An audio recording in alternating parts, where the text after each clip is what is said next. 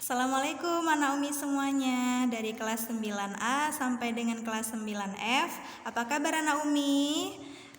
Semoga anak Umi semuanya dalam keadaan sehat dan kuat, terutama kuat dalam menghadapi rindu. Kita doakan juga semoga COVID-19 segera musnah dari muka bumi ini, sehingga kita bisa belajar dan mengajar seperti biasa dengan keadaan yang bergembira. Amin ya robbal alamin. Jika anak-anak Umi juga ingin keluar rumah, tetap memperhatikan protokol kesehatan, memakai masker atau menggunakan hand sanitizer ya. Kemudian tidak lupa juga sebelum kita memulai pelajaran kita pada hari ini, maka kita ucapkan dulu dengan lafaz basmalah, Bismillahirrahmanirrahim. Nah, mungkin ada yang bertanya-tanya, di kelas 8 pelajaran bahasa Indonesianya sama Umi Hayun. Nah, di kelas 9 juga kembali kepada Umi Hayun. Semoga anak-anak Umi semuanya tetap senang dan semangat di kelas Umi ya. Nah, langsung saja kita akan memasuki materi melaporkan hasil percobaan. Nah, di materi ini sebelumnya kalian sudah pernah kan mempelajari teks observasi atau pengamatan ya. Teks yang lebih kepada pengamatan suatu benda atau lingkungan. Nah, teks observasi hampir sama juga dengan teks percobaan. Lanjut ya. Sebelum lebih jauh kita mengetahui apa itu teks percobaan, Umi akan membacakan dulu tujuan pembelajarannya ya. Yang pertama, membangun pemahaman menyusun laporan percobaan. Jadi setelah kalian menonton video Umi harap semuanya paham apa itu teks laporan percobaan dan bagaimana nanti cara menyusunnya. Kemudian mengenal tujuan dan fungsi laporan percobaan, itu yang akan kita bahas nanti.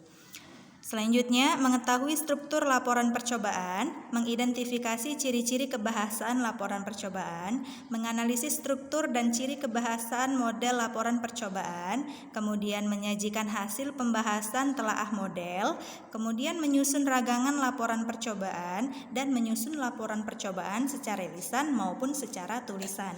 Nah, jadi goalnya adalah kalian mampu menulis laporan percobaan secara lisan maupun secara tulisan. Bagus kan? Selanjutnya, pengertian teks laporan percobaan.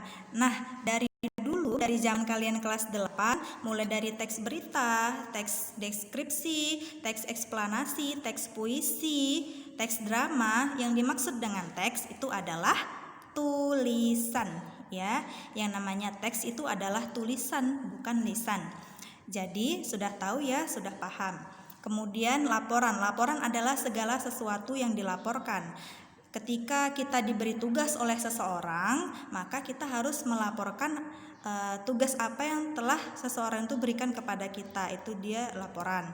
Kemudian percobaan itu kata lainnya adalah eksperimen yang dilakukan untuk menguji atau membuktikan kebenaran teori.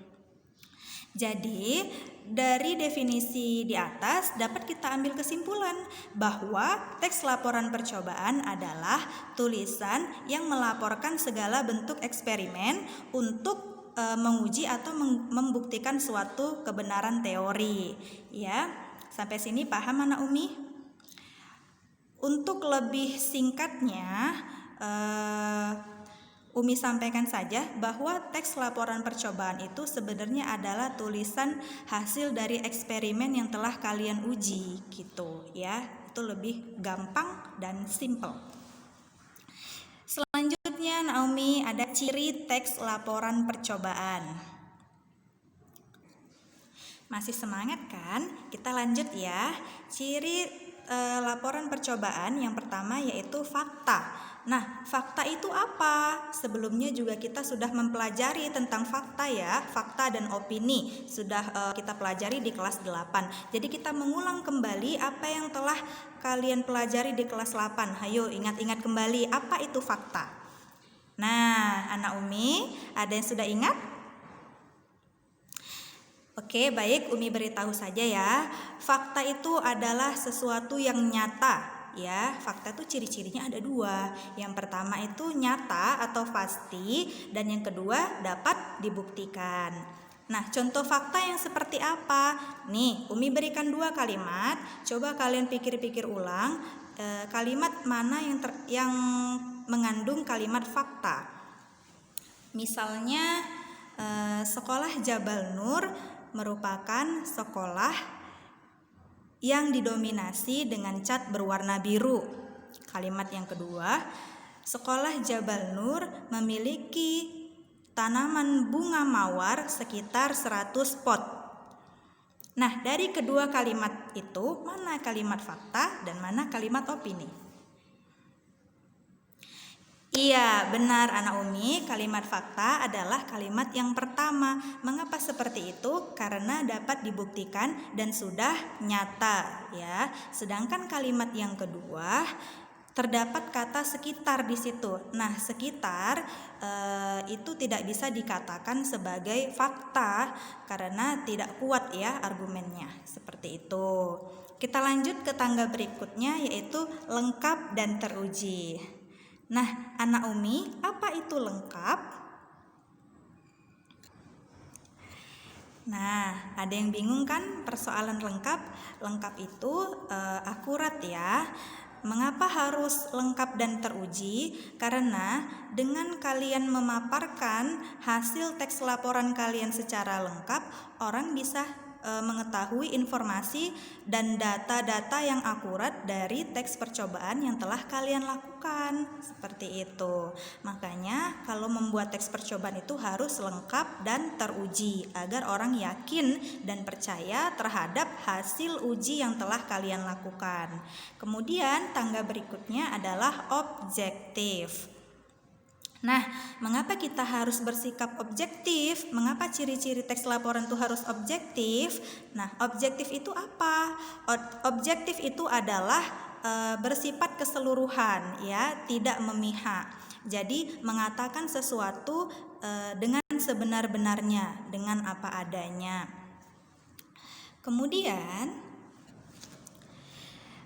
Kemudian contoh objektif bagaimana Umi? Nah, kalian senang kan kalau jajan ke kantin dengan saus-saus yang melimpah? Misalnya kalian beli bakso, atau beli batagor, beli spaghetti, atau beli jamur goreng, atau tela-tela dan lain sebagainya yang umumnya menggunakan saus. Nah, untuk menguji kegelisahan kalian selama ini, apakah saus dari kantin A, kantin B, dan kantin C itu mengandung bahan-bahan yang berbahaya atau tidak? Maka kalian lakukan uji coba.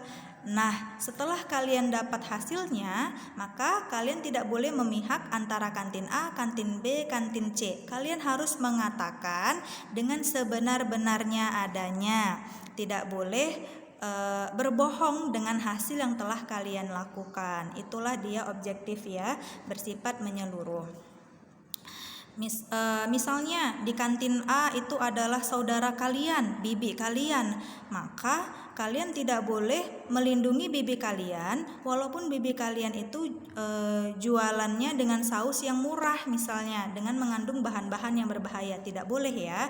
Kalau di kantin A itu memang sausnya itu tidak bagus, maka kalian akan mengungkapkan itu, bahwa kantin A itu sausnya tidak bagus. Itulah dia yang namanya objektif ya. Jadi objektif itu sesuai dengan keadaan yang sebenarnya. Nah, kita lanjut lagi ke tangga berikutnya, yaitu informatif. Informatif itu adalah bersifat informasi ya. Jadi ketika kalian menulis teks laporan, maka kalian harus mencantumkan informasi yang sebanyak-banyaknya sehingga pembaca paham dengan teks yang sudah kalian lakukan, dengan laporan yang sudah kalian uji. Seperti itu. Lanjut, yaitu bahasa ilmiah. Nah, apa itu bahasa ilmiah?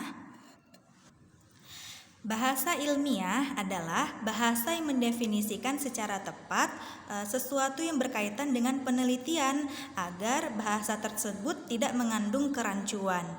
Nah, bertanya lagi pasti anak Umi, apa itu rancu? Nah, rancu itu berarti tidak teratur ya. Jadi bahasa ilmiah itu bahasanya harus tepat dan akurat, tidak ambiguitas dan tidak rancu, seperti itu. Kita lanjut anak Umi. Selanjutnya yaitu fungsi dari teks laporan percobaan. Yang pertama, fungsinya sebagai dokumentasi. Nah, kalian inginkan ketika kalian sudah selesai menguji suatu produk atau menguji sesuatu, untuk membuktikan kebenaran atas sesuatu itu, kalian inginkan hasilnya itu tidak hilang, tidak kececer, maka dari itu fungsinya adalah didokumentasikan. Jadi kalian bisa mendokumentasikan hasil uji coba kalian di rumah kalian, atau bisa juga nanti dimasukkan ke dalam internet, atau bisa juga dimasukkan ke media sosial yang lainnya. Jadi kalian punya nih suatu karya yang telah kalian lakukan di SMP tentang uji coba saus misalnya, sudah kalian dapatkan. Nah, kalian ada gitu dokumentasinya selama kalian sekolah di sini. Nah, dulu waktu belajar IPA, pernah kan kalian mempelajari tentang filtrasi air? Pernah kan kalian buat prakteknya? Nah, sampai sekarang ada nggak dokumentasinya? Nggak ada kan? Itu karena tidak kalian dokumentasikan, karena tidak kalian simpan baik-baik hasil percobaan kalian di dalam rumah, atau lebih tepatnya di media sosial yang bisa kita lihat kembali ketika kita tua nanti. Seru kan? Nah, yang kedua yaitu adalah pertanggungjawaban. Jadi, ketika kalian menyusun teks laporan, itu harus ada pertanggungjawaban dari kalian pribadi. Misalnya nih, Umi menyuruh anak-anak Umi semuanya untuk membuat teks laporan. Nah, kalian sudah uji coba, misalnya uji coba saus Subaru, sudah kalian uji, oh ternyata higienis, pembuatannya dengan menggunakan bahan-bahan yang berkualitas, alhamdulillah aman untuk dimakan. Nah, jadi ketika kalian sudah mengujinya, maka yang sudah kalian uji tadi kalian akan pertanggungjawabkan kepada Umi, karena kan Umi yang menyuruh kalian untuk membuat teks laporan. Nah, itu dia fungsinya sebagai pertanggungjawaban. Kemudian kita lanjut yang ketiga yaitu sebagai bukti. Jadi, laporan percobaan yang telah kita susun atau yang telah kita lakukan selama ini itu adalah sebagai bukti bahwa kita sudah melakukan percobaan, kita sudah melakukan eksperimen. Nah, jadi itulah buktinya, kita sudah menguji sesuatu dan kita dapat membuktikannya. Yang keempat, fungsinya adalah pemecahan masalah. Nah, anak Umi semuanya, kalian senang kan kalau makan mie, khususnya mie balap, mie kuah, mie ayam, mie bakso, macem-macem mie deh. Pokoknya kalian suka banget kan dengan mie, apalagi mie instan ya. Nah, selama ini terdapat kegelisahan di dalam hati bahwa mengkonsumsi mie setiap hari kok bikin kepala pusing ya, bikin badan gak enak ya, atau bikin perut terasa mual ya. Nah, dari kegelisahan itulah kalian melakukan uji coba. Setelah kalian mendapatkan hasilnya, nah masalah tadi kan jadi terselesaikan, ya kan? Oh, ternyata mie balap itu tidak bagus, ternyata mie instan itu tidak bagus, yang bagus itu ternyata mie sayur ya, gitu. Jadi kan kalian bisa memecahkan masalah dari kegelisahan kalian selama ini. Jadi fungsi dari teks laporan itu adalah sebagai pemecahan masalah juga. Kemudian yang terakhir tadi adalah informasi. Nah, ketika kalian membuat teks laporan percobaan, maka sampaikanlah informasi itu selengkap-lengkapnya sehingga pembaca yakin dan percaya dengan apa yang telah kalian uji. Kalian juga bisa mencari informasi dari hasil percobaan orang lain. Misalnya Dulu kakak-kakak kelas kalian telah melakukan percobaan, ada tuh arsipnya di perpustakaan. Kalian boleh cari, kalian boleh baca apa yang telah mereka hasilkan dari percobaan yang mereka buat. Nah, dari situ kan kita sudah tahu, udah nampak hasilnya kan.